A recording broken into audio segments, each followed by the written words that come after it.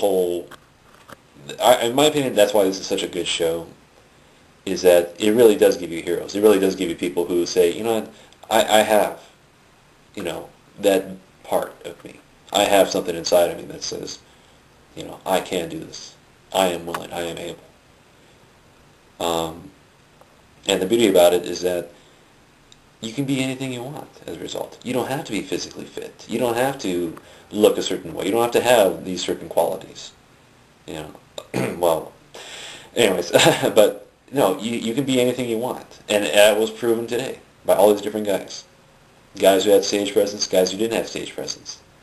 People who put a lot of work into their costumes, people who didn't put too much work in their costumes. People who, you know, they really, you know, truly believed what they were doing. They felt that this was the right thing, and that they were doing a good thing for everybody. And yeah, that's the beauty of this show, is that it brings out, you know, this good in, you know, humanity, this good in people. And I'm kind of glad that, you know, it's not shrouded in this political mist either. So that's, you know, that's a whole other thing. That's what I warned the guy about. I was like, you know, hey, you know, he started talking about the war in Iraq, and I was like, you know, doing the neck, you know, like, you know, don't talk about that, don't talk about that. And later on, he asked me about it, and I said, oh, the reason why is because if you bring up political stuff, they probably won't consider you for the show. And I was like, you know, and he was like, well, why? I was like, well, you know, because non-political people are a safe bet. You don't want controversial people on your show. And I was kind of thinking about it. I was like, well, you know, then you had Creature last year, who she was an environmentalist and really supported that. And, you know, so that's kind of a political thing. But then again, you know, she was almost, you know, they kind of, you know, portrayed her as the comedy or the buffoon of the show, sadly. And you know, and I don't know that for sure or not, you know, but you know, just remember that there's always going to be creative editing that you know, it's going to paint you a certain way, and it happens on a lot of reality shows, and it's just you know, it's kind of unfair, but at the same time, it creates the entertainment. So, you know, creative editing on me as well. You know, if that happens, yeah, who knows? We'll see what happens. But because you know, ultimately, you know, they have to put the show together. They have to make it interesting. You know, if it's happy lovey, you know, everybody's holding hands, singing together, it's boring. You know, it's better if you got conflict. It's better if you got people saying, oh, you know, so and so stinks, or you know, me and my natural, you know, and, oh goodness, that yeah, that bit of fiery bit. So I don't know. And the other message for anybody who is a fan of Who Wants to Be a Superhero, if you hear about an audition, go to it, check it out, watch the people, talk to the people. Very cool. In fact, you know, I think I'll probably go to the Los Angeles one then. You know, probably do the same thing. You know, take the camera, interview, talk to people. It'll be the same guys, so they'll probably let me in as well, and you know, let me do the thing.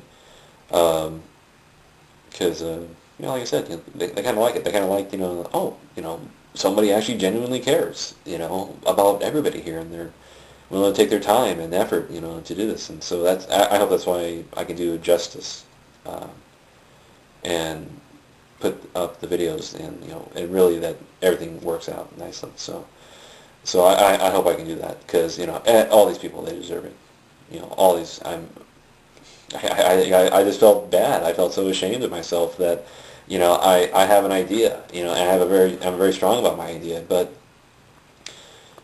you know, it's, in comparison to these other people, it pales, you know, because,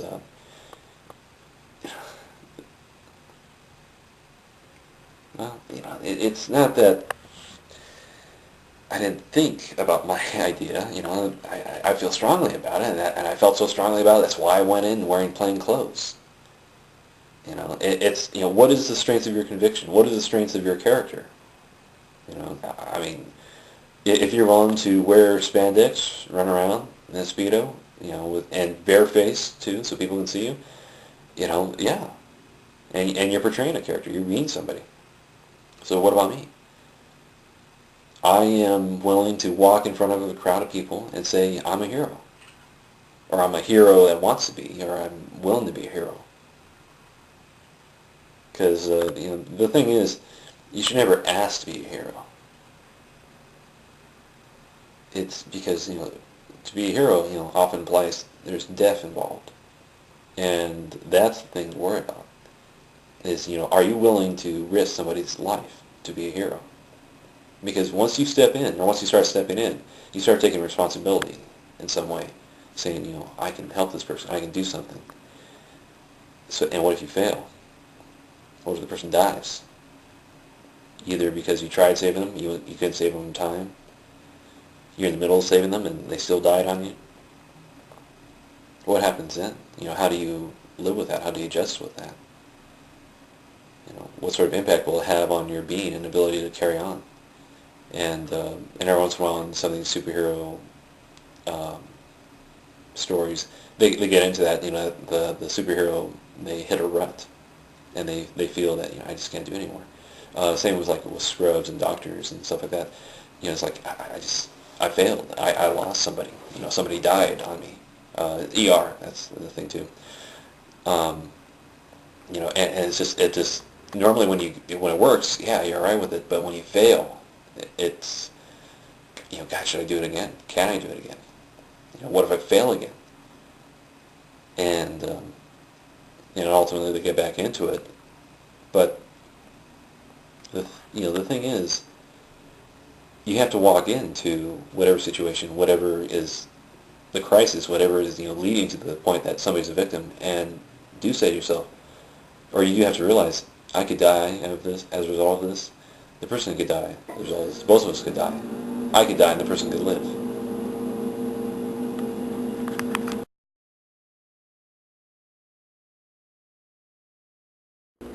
Okay, hope the noisy refrigerator doesn't cut in too much.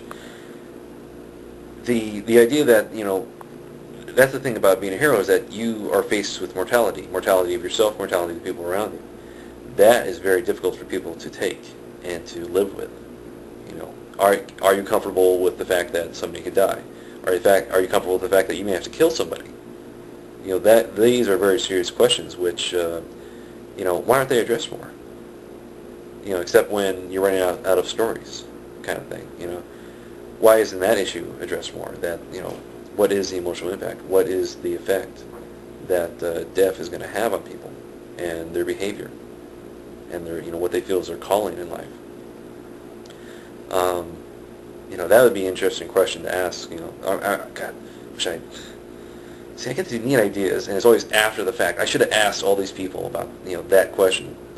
Like, what would happen if you died? Or what would happen if you knew you were going to die? What would happen if there was a risk that the person you're trying to save was going to die? Would you even bother to try to save them? That's a question Stan Lee should ask. Is or pose for these people. It's like this person could die. Are you willing to do it?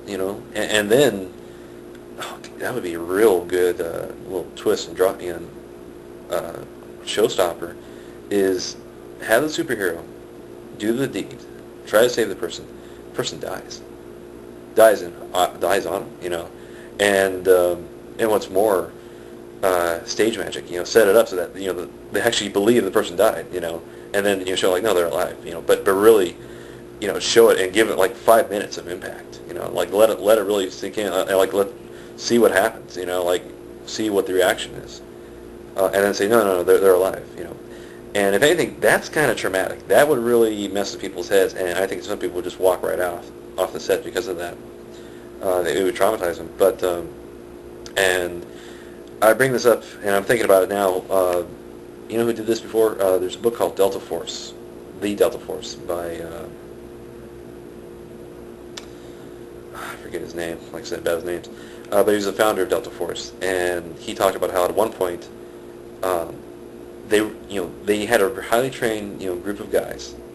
Delta Force, by the way, in my opinion, they're living heroes. But and it's like you don't even have to question. If they say the Delta Force, it's you're going to be